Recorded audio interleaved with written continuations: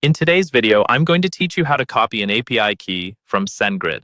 We'll walk through the entire process together, step by step, so you know exactly where to click, what each option means, and how to keep your new key safe once you've created it. First, log in to your Sendgrid account. Once you're on the main dashboard, look over to the left-hand side of the screen. You'll see a navigation menu there. Find the option labeled Settings and click on it.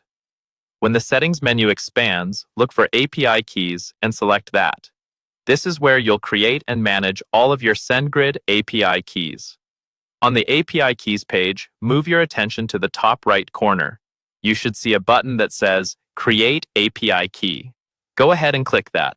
This starts the process of creating a brand new key that your apps or integrations can use to talk to Sendgrid. Next, you'll be asked to name your key. In the API key name field, type something descriptive that clearly explains what the key will be used for. For example, you might use something like website contact form or marketing app integration. A clear name will make it much easier to recognize and manage your keys later, especially if you end up creating several of them. After you've given your key a name, you'll need to set its permissions. This is an important step because it controls what this key is allowed to do inside your account. You'll see options like Full Access, Custom Access, and Billing Access.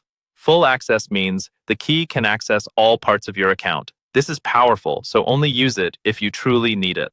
Custom Access lets you pick and choose which areas the key can interact with, while excluding sensitive sections like billing and email address validation.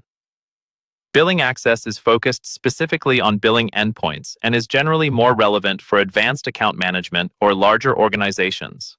Once you've chosen the level of access that fits your use case, click Create and View. Sendgrid will now generate your new API key.